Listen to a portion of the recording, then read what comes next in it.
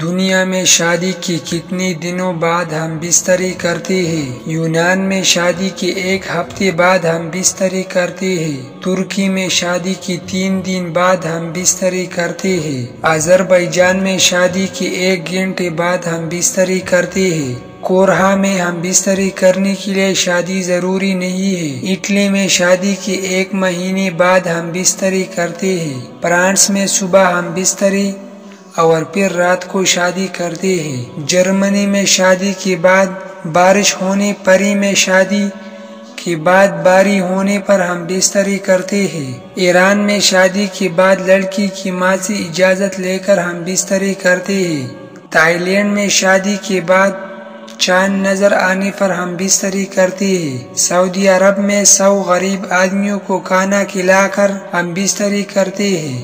पाकिस्तान में हम बिस्तरी करने के लिए दुल्हन के कमरे से लोगों को भगाना पड़ता है।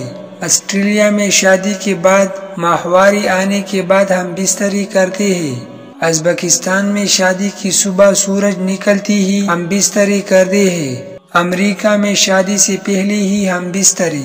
चाइना में शादी के बाद जो पहला इतवार आता है तब हम बिस्तरी करते हैं। नेपाल में शादी के बाद अगले दिन सुबह हम बिस्तरी करते हैं। इंडिया में शादी के पहले रात ही हम बिस्तरी कर लेते हैं। बांग्लादेश में शादी के दूसरे दिन हम बिस्तरी करते हैं।